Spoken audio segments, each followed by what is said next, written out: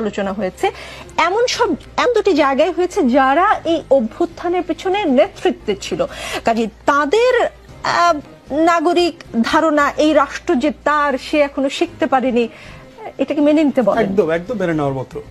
আপনি একই সাথে তো যৌথ বাহিনীর গুলিতে 3 জন মানুষ মারা গেছে গত কয়েকদিনে, বিএনপি নেতারাও আছে, বাবুল ভাই বলতে পারবে। সেটা নিয়ে আপনি আশ্চর্য হন নাই কেন? আমরা নাগরিক সমাজে আশ্চর্য হয় নাই কেন? মানে একজন মানুষকে শুধুমাত্র পিটিয়ে মারা হয়েছে বলে আশ্চর্য হয়েছি, আরেকজনের মৃত্যুতে আশ্চর্য হলাম না। হেফাজতের গণহত্যার ব্যাপারে আমরা কি আশ্চর্য হয়েছিলাম? ঢাকার মিডল ক্লাস আরবান এলিটরা কি আশ্চর্য হয়েছিল? গণমাধ্যম আশ্চর্য হয়েছিল? 2 লক্ষ বুলেট ছোড়া হয়েছে 2.5 ঘন্টার মধ্যে, সারা বাংলাদেশকে ব্ল্যাক আউট করে দিয়ে মতিঝিল শাপলা চত্বর। গুম খুনের নামে যে 3,500-4 হাজার মানুষকে হারিয়ে দেওয়া হয়েছে, আমরা আশ্চর্য হয়েছি?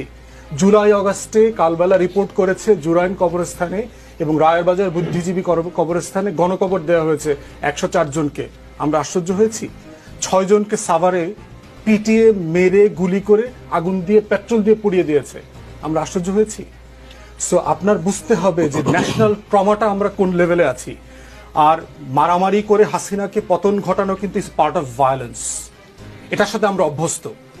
অত একটা ট্রমা দিয়ে আমরা আর একটা ট্রমাকে ফেস করেছি। ভাঙাটা সহজ, সাডেনলি ভদ্র হয়ে যাওয়াটা অনেক কঠিন।